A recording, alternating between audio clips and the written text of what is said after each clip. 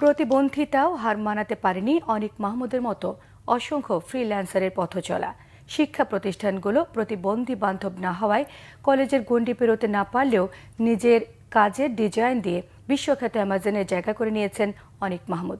অনেকেই আয় করছেন গুগল আর অনলাইন মার্কেটিংয়ে, তবে পেমেন্ট পদ্ধতি সহজ না হওয়ায় রেমিটেন্স আয়ে বিড়ম্বনায় ফ্রিল্যান্সাররা। রিপোর্ট করছেন জিয়াউল হক সবুজ। আউটসোর্সিং বা ফ্রিল্যান্সিং এর মাধ্যমে ঘরে বসে অর্থ উপার্জনের ধারণা পুরোপুরি পাল্টে দিয়েছে হাজারো তরুণ। এদেরই একজন কুষ্টিয়ার অনিক মাহমুদ। শারীরিক প্রতিবন্ধী এই তরুণের জীবন অনেকটা মেঘে ঢাকা হলেও সেখান থেকেই আলোর পথে উঁকি দিয়েছেন মনের জোরেই। ছোটবেলা থেকেই দেশের বাইরে ঘুরতে যাওয়ার খুব ইচ্ছে ছিল, কিন্তু লাইফে সেভাবে দেশের বাইরে ঘুরতে যাওয়া হয় নাই আসলে ডিসএবিলিটিসের কারণে।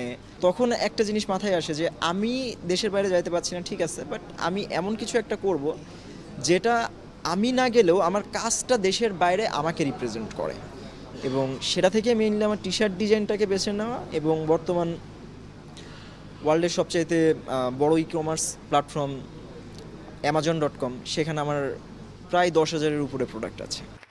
গুগল অ্যাডসেন্স, ডিজিটাল মার্কেটিং ও নিজস্ব ডিজাইন দিয়ে দেশে বিদেশে অনলাইনে অর্থ উপার্জনের পাশাপাশি পেয়েছেন সম্মাননাও। স্পেশালিস্ট যদি বলতে চাই, আমি গুগল অ্যাডসের আমার প্রায় 5টা কোম্পানি আছে বাহিরের, ওদের সাথে আমি পার্মানেন্টলি কাজ করি। এর মধ্যে একটা রিনাউন্ড আছে এক্স সুইট নামে, যারা সুইট মেক করে অনেক প্রফেশনালি। সো তাদের A to Z মার্কেটিং কাজটা আমি করি। আমি মালয়েশিয়ান ভেরিফাইড একজন কন্টেন্ট ক্রিয়েটর বাংলাদেশে। তারপর আমি গুগলের সাথে বেশ কিছুদিন কাজ করেছি, গুগল অ্যাডসে কাজ করেছি। দেন গুগলের সাথে কাজ করতে গিয়ে গুগল থেকে একটা সার্টিফিকেশন পেয়েছি।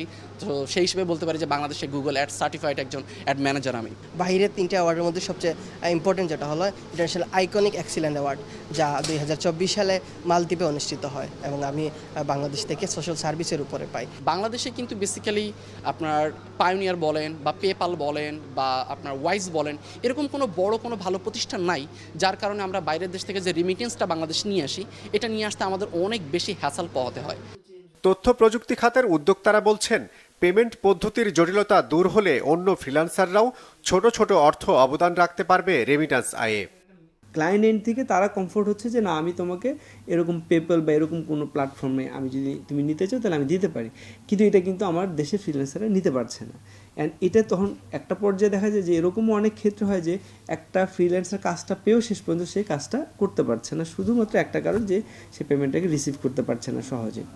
অনলাইনে অর্থ পরিশোধের প্রক্রিয়া আরও সহজ করার পাশাপাশি ফ্রিল্যান্সারদের জন্য ডুয়েল কারেন্সি কার্ড ব্যবহারের সুবিধা চালুর আশ্বাস দিয়েছে বাংলাদেশ ব্যাংক।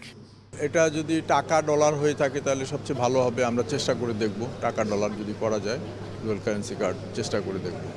একটু প্রস অ্যান্ড কনস স্টাডি করতে হবে আর কি, সেগুলো যাতে আমরা ওভারকাম করতে পারি এবং এটাকে ইজ করতে পারি, সেই বিষয়ে আমরা সবসময় সহযোগিতা করে আসতেছি। ভবিষ্যতে যদি আরও প্রয়োজন হয় সেটাও আমরা করব। ফ্রিল্যান্সারদের প্রয়োজন অনুযায়ী তাদের পাশে দাঁড়াতে বাণিজ্যিক ব্যাংকগুলোর প্রতি আহ্বান জানিয়েছে কেন্দ্রীয় ব্যাংক। জিয়াউল হক সবুজ, বাংলা ভিশন, ঢাকা।